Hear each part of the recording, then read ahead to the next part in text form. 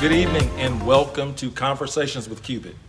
Thank you for joining me tonight and thanks for supporting these weekly conversations.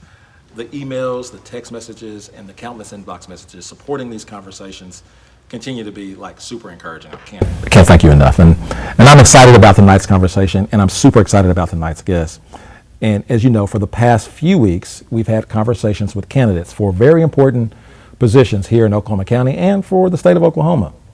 But tonight will be a little different than that. As you know, as the weather warms up and we move closer to summer, we often experience a significant increase in crime, and in particular drug and gang crimes. I know that all too well. Well, I happened to meet our guest tonight last week and heard just a little bit of his story and his reason for recently moving to Oklahoma City and his plans to work with individuals and families who might be caught up in these types of lifestyles. But before we get started, I need you to do me a huge favor, and I need you to share this conversation. That's right. Go over there, hit the share button, do that right now. Please share this conversation with our community. As always, I want to give a magnificent shout out and a big thank you to my friends at Green Pasture Studios who graciously host our weekly conversations. That studio is located in Far East Oklahoma City, and they are doing a really, really good job and really cool stuff out there. They're doing everything from full-fledged movie production to commercials, and they even have a film training academy for those of you interested in getting involved in the film industry. Look them up online for more information and learn how to get involved in what they're doing out there. You will not be disappointed. As you know, I only have 3 simple goals for having these conversations every week. One is I want to add value to people and my community. 2, I want to inspire you to believe in what people and community can become when we're willing to work together. And last but not least, love people. Love people, period. No strings attached. All that means is that I want you to be inspired, and I want you to get useful information and resources, and I want to celebrate individuals, groups, and organizations who are making a positive impact on our community. Every conversation that we have here on Conversations with Cubit will be about information, inspiration, and hope. Now let's get down to business of the day. Joining me tonight is my new friend, Pastor Martin Meza. Martin Meza is pastor of a new ministry here in Oklahoma City called Victory Outreach Church. At a young age, Martin was caught up in a life of gangs, drugs, and homelessness, and hopelessness. That lifestyle led him to experience many different things on the streets, even almost losing his life. Martin experienced a magnificent turnaround when someone spoke to him about the love of God. That conversation changed the entire trajectory of his life. And here to tell us more about what God has done in his life and how he is using it to change lives here in Oklahoma City is my new friend, Pastor Martin Meza. Hey, welcome to the show. Thank you. I appreciate you doing this. Yes, thank you for the invite. And hosting us here tonight. Yes. Right. Well, look, first, before we start, tell them a little bit about where we met. We were down at the river. Yes, we were at the River Sport on Friday, and we actually have a friend that invited us by the name of R. Cooper, who was the keynote speaker there at the event. And he invited me to come on out, and it was there we were connecting, we were getting to know some people, and also some of the high school students that were there. And that's where I met you. Yeah, there had to be 500 kids. Yeah, about 500 kids. Yeah, it was over there. And you were there with your crew, and y'all were running around, y'all were interacting with the kids. And it was pretty interesting. I love to talk to him, too. It was a good conversation about his lifestyle and his journey, and then how he used rowing. Yes. Of all things. Yes. To change it. You know, the thing that links Arshay and I is that his mom actually got saved through one of our Victory Outreach churches. Is that right? Yeah, and so he also was a part of our church, so that's how we connected, and he invited us out on Friday. That's good. I want to connect more, and I want to learn more about the rowing, if it can help me too. More about that. Yeah. Okay, so on our show, I know you're new to Oklahoma City. Yeah. So I tailored my questions a little bit so that you didn't have to deal with it. But I have these 15 little fun questions that I like to ask. Yeah. They're very easy. You don't have to do anything but just pick one. Okay. And it just kind of tells us where we're aligned, if we're kindred spirits or not. If you pick like I would pick, then we're probably homies. Okay. Right? Yeah. All right. So no question. We're Oklahomies for sure. We're Oklahomies already. All right. So you just pick one. It's kind of rapid fire. You don't have to really think about these. Okay. You'll probably think. If I do my job, it makes you think. Okay. But anyway. All right. So What's worse for you, doing the dishes or doing the laundry? Dishes. Dishes. Yes. Dishes. Oh, okay. You missed it. You missed it. I'm giving you a shot. Okay. I hate doing laundry. All right. For you, do you call it sneakers or tennis shoes? Tennis shoes. Tennis shoes, absolutely. Yeah. I don't know where they came up with sneakers. Would you rather have a phone call or a text? You know, I used to like text, but now I'm to the point where I'd rather have a phone call. You know, just so things don't get, you know, all confused. Yeah. Very good. Good. If I have time, phone call. Yeah. But text message sure is convenient. Okay, Yeah. but I get it. Now, if you had to choose, you want some good barbecue or you want good seafood? Man, that's a hard one. That's a hard one. I would have to say some good seafood. Good seafood? Well, Yeah. there's not an ocean anywhere around. I know. Right, So that's what I'm saying. It's kind of hard, you know. Okay, you're in the back. I've been okay. to Earl's and I've been to Swadley's, you know, so far, you know. So. Yeah, well, I was with one of our senators, Senator Young, the other day, and he said, "Don't go to Swadley's." Don't go to Swadley's. And the only reason he said that is because they got enough of our money. Yeah, that's true. You said it's not that they're not good. Yeah. Okay, all right. Rock and roll or rap? Rap. Rap. Do you call it pop or do you call it soda? I call it Coke. Everything's got even Sprite is Coke. Yeah, everything's Coke. All right, you're in Oklahoma, so this is an important one. Okay. Truck or car? Truck. Truck. Yeah. That's good. Yeah. Are you a handshake person or a hug person? I'm a hug person. Yeah, for sure. Yeah. For sure. If you had a choice, scary movie or a comedy? Comedy. For sure. Definitely. For sure. If you had to hang out at one of these, birthday party or a wedding, which one you going Birthday party. to? For sure. Yeah. For sure. All right, this one is tricky. Okay. There's only 2 jobs left. You only get to have one. You got to take one of these jobs. Okay. Fireman or policeman? Fireman. Oh, man. And the only reason I say that, is because my grandpa was a fireman. Okay. And I always looked up to him. That's what I wanted to become, you know, and so that's why I say that. Fireman. Okay. Forget. Yeah. Okay. I'm only been a police officer for 25 years. Okay. All right. If you're home alone, are we going to catch you singing or are we going to catch you dancing? Singing. Singing. Yeah, That's singing. good. This is Oklahoma. These next ones are Oklahoma. Okay. You don't have to know these. Okay. But do you call it Broadway Extension or I-235? I-235. You know what I'm talking about? Yeah. You do? Yeah. Okay. Okay. That's good. Bedtime. Does the TV have to be on or do you need the TV to be off? Off. Off. Yes, Completely off, off. That's yeah. good. Okay. All right. Now, this is Oklahoma. Okay. Give me your opinion of Bobo's chicken. Never tried it. Have you even heard of Bobo's chicken? No, I've never tried it. No, I've never heard of it. Okay. All right. So Bobo's chicken you can only get it in Oklahoma. Okay. You can only get it on the weekend, and you can only get it on Northeast 23rd. Oh, okay. Right. And Yeah. it's a unique blend of fried and smoked chicken. Wow, I'm about to try that. You have to try it. I'm gonna go Saturday. You can't even really say like the way when I go out of town and I run into somebody that says, "Oh man, I'm from Oklahoma." I said, "When's the last time you had Bobo's chicken?" And they go, "I don't know what Bobo's chicken is." I said, "You ain't from Oklahoma." Yeah.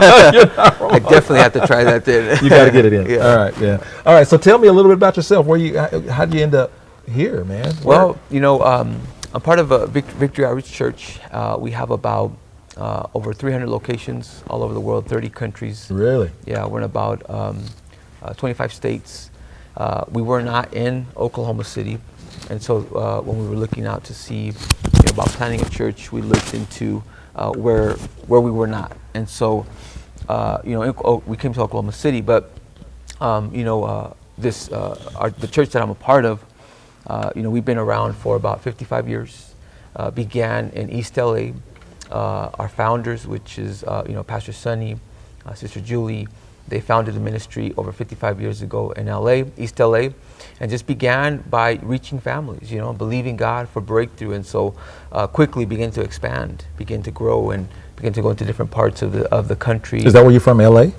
No, from San Diego. Come From San Diego, yeah, okay. from San Diego, and so that's where I come from, and we were looking to see where we can plant, where we can go, and so we started looking into Oklahoma City about 10 months ago. We started doing that. Yeah. Yeah. Well, okay. Before we get to your reason for being here in Oklahoma City, give me a little bit of your background, because you were telling me a little bit when we were out at the River Sport. Yeah. Well, I grew up in a broken home, And so, there was sometimes the result of living in a broken home is going to a lifestyle of gangs, and then gangs, it kind of goes into drugs, and so, while you're, out there getting high, you're, involved in crime. So you're, living this life, and so that's kind of what my life was, just living in a broken home. Is this with mom, no dad, or dad? This was with mom and a stepdad. And a stepdad, yeah, okay. in the picture. And so, I grew up in the streets of Las Vegas, and that's where I, joined the gang, got into drugs, and, little by little began to live a lifestyle that, I just really didn't care. And I started young. I started pretty young, and so. About how old? I was about 12 years old, 12, 13 years old. Mm-hmm. Brothers and sisters? Brothers and sisters, altogether there's 9 of us, Okay. And so, they kind of, my older brother kind of was in the same, lifestyle, so I kind of just followed his footsteps. And, but that's what, what was out there. That's what the type of neighborhood I lived in was just, gang infested, drugs. And so when I was about 14 years old, I, went to the county jail, for a shooting. And so it was just a lot of things that led me to live a lifestyle that was quickly taking me into an abyss, a hole, a deep black hole. And it wasn't until I was about 18 years old that, someone came and talked to me about the Lord, And the crazy thing about, when they talked to me about God, what really got me was the fact that they talked to me about me having purpose. And, when we were talking, I was sharing with you how I grew up feeling like I should have never been born. I was a result of a one-night stand, no love in the household. And so now, where would you get that message from? Was well, it something that was said to you? Yeah. So this was the thing, my mom, her and my real dad, they kind of had a bad breakup.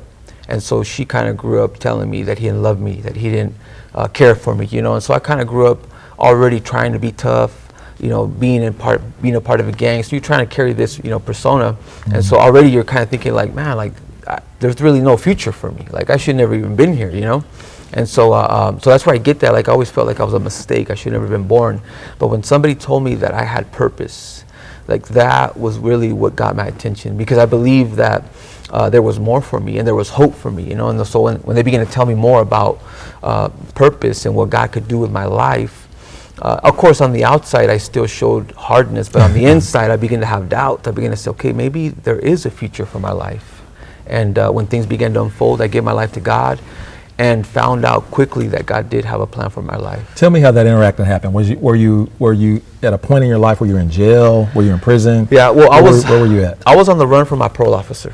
Mm-hmm. And I was homeless at the time because the apartment where I was living had burned down. And so my life was kind of like rock bottom. I lost a job because I got stabbed, and so I couldn't go to work. I lost my job. So, I was just down. And so there was a gentleman who was an OG, and he began to talk to me, and he's the one that began to put these thoughts into my head that, hey, you've been called. There's purpose in your life. And so when he began to talk to me about those things, I began to say, well, maybe God does have something in my life. God does have something for me. Yeah.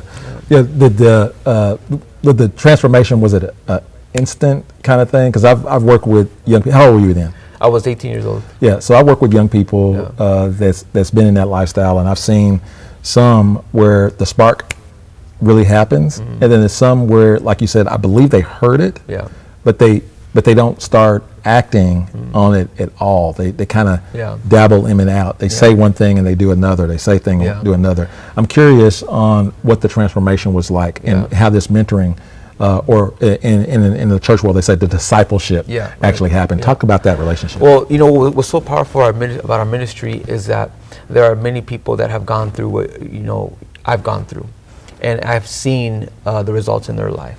But really what happened with me was that I experienced a touch of God. And when I say that, I mean that, I had an encounter with God.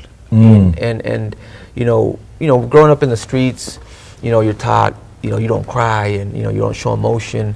And I can remember, going to church and just feeling like the preacher was talking about me, and he had specific details, and I'm like, somebody's giving him my business, Right. and just feeling like, but it was really, I believe God was working in me, and everything that I was feeling, everything I was going through in that moment, I felt I was relating to what the preacher was talking about.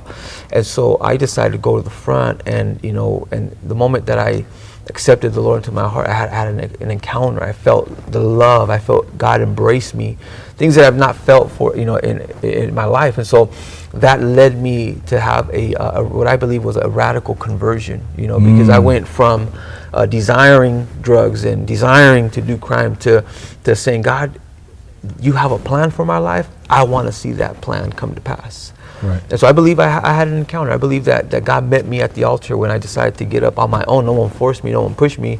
I said, you know what? If I'm going to make a change, it's going to be now.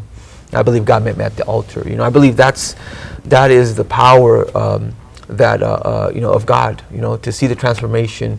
It's one thing to have behavior modification because of a program, or because you're on parole, or because you have to, or else you're going to go to prison or go to jail. But it's another when God just gets a hold of your life and you feel his presence and you make a decision right there, right then and there. I made a decision to say, God, this is what I prayed. I said, God, just like I was down to die for a neighborhood, I'm willing to die for you. Wow. I'm willing to do what you want me to do. Yeah. And that was the encounter that I had. Okay, so I'm very curious, and I want people to kind of hear this coming from you with your experience, this radical change. Mm-hmm. You've had the experience, you've had the change of heart, you've turned it over. Why is it so easy, or why is it so hard to make that transition for people? Because they say, I just can't walk away from the gang. Yeah. They say this all the time. I can't just leave. I have to die out of this situation. Mm-hmm. Talk about the struggles to change this, make this radical change with your community, your family, the social environment that you had set up for yourself. Yeah. Well, I think that sometimes it's hard because especially when you've been in that in that lifestyle. Like I was just talking to my brother today, who is caught up in that stuff still, and he shared with me, I just can't leave. Same thing you said. Mm-hmm. I got people that I care about, but really he's not doing nothing for those people that he cares about. It's just all up in their brain, their mind, that they feel they can't leave. And so, but I think it's pride. I think it's them being afraid to change, not knowing what's going to happen. Because that's what I kind of felt too. I kind of felt like, this man that would talk to me, this OG, when he would talk to me, he kind of worked on me for about good month, and before you came out. Yeah, he would see me and he would we started. And so in my mind though, I would say I can't do that, I can't be soft, I can't, like that, I have a reputation to uphold. And so I think that's one of the struggles.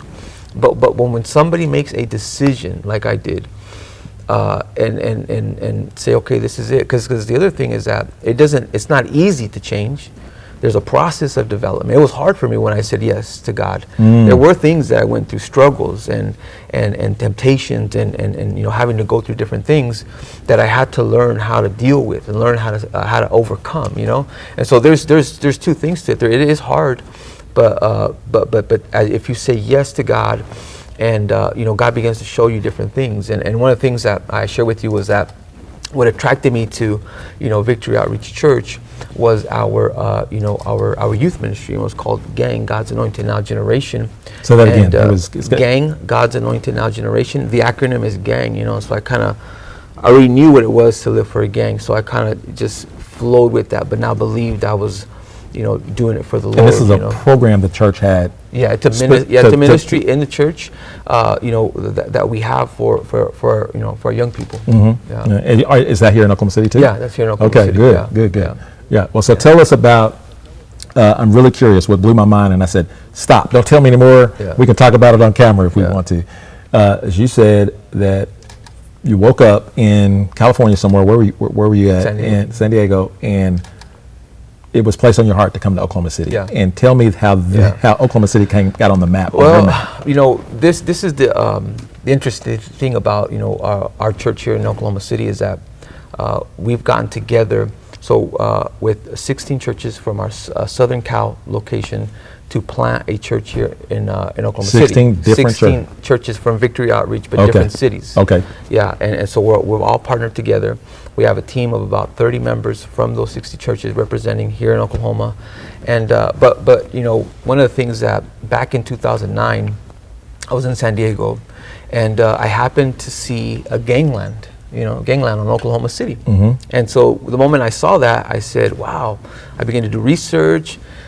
I began to see the need, and I immediately felt drawn to that, you know. And I remember going to my pastor, you know, kind of sharing with him about, you know, Oklahoma City, and, you know, kind of said, well, let's keep it in prayer, you know.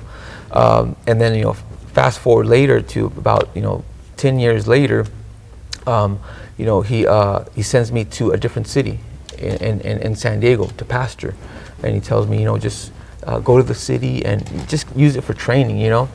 And then in 2 years, we'll see what happens, you know. And so. And the whole time you've been thinking about Oklahoma City? In the whole, you know, the whole time I talked to him about Oklahoma City, and to be honest, it kind of had already like died out because I thought like maybe I wasn't gonna go. But then last year, you know, Father's Day weekend, he laid it on me and said, what would you think about, you know, going to Oklahoma City? And that's when we booked a trip in July and started making trips out here. But this had been something that I had in my heart since 2009. Yeah, I'm curious. So 2009, you see the show, and I remember that show. There was a lot of talk on this about the news nationally because people didn't know that Oklahoma had the issues that we actually had. Yeah. But tell me what it was like 10 years later coming here in July. What was it that you see? What was your experience, and what was your actual feeling? Well, you know, I was so excited for the trip. You know, first of all, there's just so much prayer, so much fasting. You know, just things that we were believing for, and so, you know, immediately just flying over Oklahoma, going around downtown to land at Will Rogers Airport, you know, immediately just felt a connection. You know, immediately just felt like, wow, you know, there's something here. And you know, from the moment we got to the hotel, we stayed in downtown. We began to just probe the city. We began to just go out to the north, the south, the east, and you know, just check different. We checked out everything. We talked to people. We conversated with, you know, even drug addicts. You know, and it just say, hey, lead us to this, lead us to that, and immediately we felt like, you know, Oklahoma City was a city where we can come and plant the flag of Victory Outreach here. You know? That's good. That's good. All right, so you've been here. That was in July. Yeah. You've made the whole thing. I saw you. I met your wife and a whole crew of people. Yeah. Tell us what it's been like since you've been here and what's going on. Well, we got here, you know, April 4th. We got here to Oklahoma City, and you know, immediately it's just been us planning. Our grand opening is June 12th. Here, about a month away. Yeah, about a month away, and so we've been doing a lot of prepping for that, getting ready, getting our teams ready for that. We've also been out on the streets, talking with people, connecting with people, and so it's been a good experience so far. We've kind of taken a time to kind of tour the city, like if we're tourists, you know, with my whole family, and it was my kids' first time being here when they came in April, and so kind of tried the food, went to Bricktown, and you know, went to just different places, and have been kind of checking out the city. But already I feel like this is home. You know, I feel like this is where we're called to be. You know. Yeah. It's curious. It's really interesting, is because I don't know, you know, anything. I'm not a minister or anything, but I was going, if I want to plant a church, I want to go to a place where it's a church desert. Like there's not very many churches. Right. Yeah. Like Oklahoma City's not that place. We got a lot of churches, right? And but that doesn't intimidate you. You think there's plenty of work to do, or is it just a specific niche that you're looking to do? Yeah, you know, I believe because it's not just, you know, gang members, not just drug addicts. It's families. It's families. And it's all type of families. You know, it's young adults. It's young families, and so I believe. That it's not even about like that, you know, because we run into that, you know, I was talking to a barber one time. He's like, why are you guys here? You know, he's like, so many churches here. I said, I understand that there's a lot of churches here, but I believe, this is what I believe. I believe that God wants to bring revival to Oklahoma, the state. I believe that God is preparing something big for the whole state of Oklahoma, because as it is, you know, we're not just looking into Oklahoma City, but we believe in God that more churches are going to come into Tulsa and into other parts of Oklahoma. But I'm believing that, you know, our pastor says, you know, there's tornadoes over there, you know, and then he says, but God is going to bring a spiritual tornado that's going to bring about change and transformation in the city. And that's what we're about. We're about transformation. We're about seeing our cities glorify God. You know, every neighborhood, every high school, every family, you know, that's what we're about. And so I believe that a revival is coming to the land, a revival that's going to, you know, draw many people unto Him, you know. And so, you know, when people say, you know, there's a lot of churches, well, there's not one like ours. You know, there's not one like ours, you know. And I believe that God has called us. Just the way things have all worked out, just the way things have played out, for our whole team, even that is here. To get 30 people to move here logistically, that's not easy, Right. But how things have worked out with people getting their jobs, their housing, just things have worked out for them. I believe that God has a plan for Oklahoma City. Right. I'm curious too, man. So a month in Oklahoma, little education on Oklahoma, other than what your research for moving. Obviously, people do that. What has surprised you, both good and bad, about Oklahoma City in particular, since you've been here in a month? The first thing I have to say is the weather. It's like bipolar. It's like this, and then the next day it's like that. And I think that's kind of been the biggest thing, because when we came in July, and then we came again in September, and then again in October, and then just in February, for the days that we were here, the weather was stable. It was like the same, But since we've been here, it's windy one day, it's sunny the next, it's raining the next, tornado warning the next, and it's been like that, the whole time. And so I think the weather, we come from San Diego. San Diego has the best weather. It's always 72 degrees out there, sunny, warm, and so to come to this, that's been, kind of the adjustment, for us. Right. So that's good and bad, right? Yeah. I guess that's good and bad. Anything about the people that you've learned?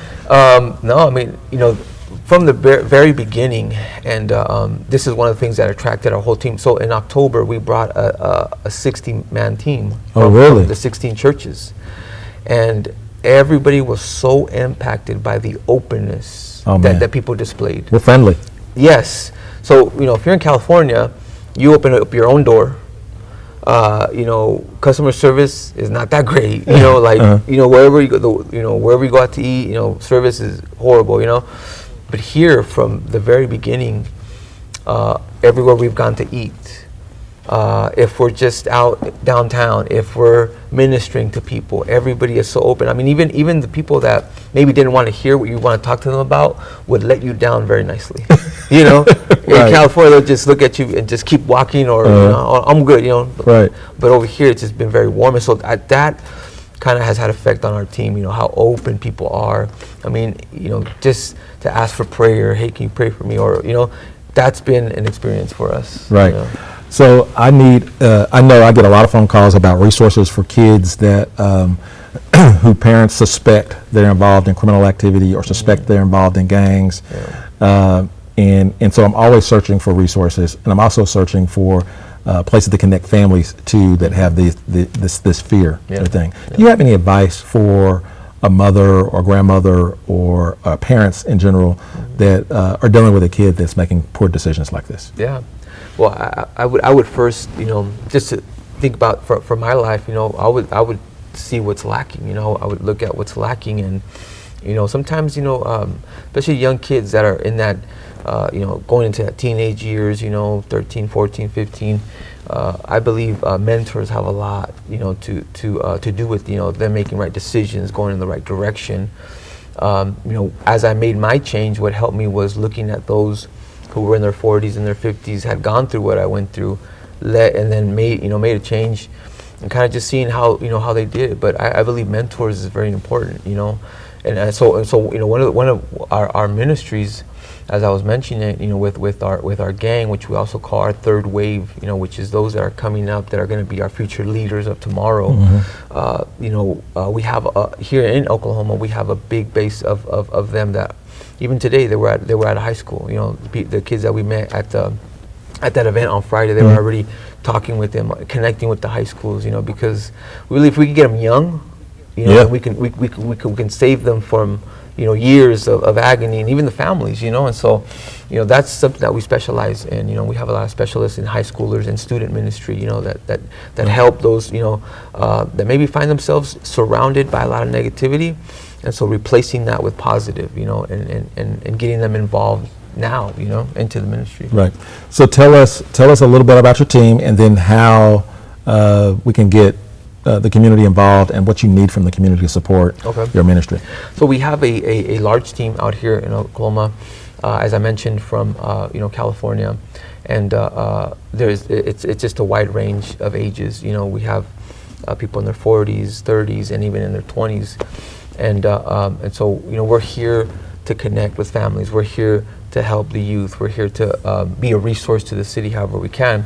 One of the ways we can get connected is you can follow us on Instagram, Victory Outreach OKC, or Facebook, Victory Outreach Oklahoma City, or you can go to our website at vookc.org. And we have different things taking place.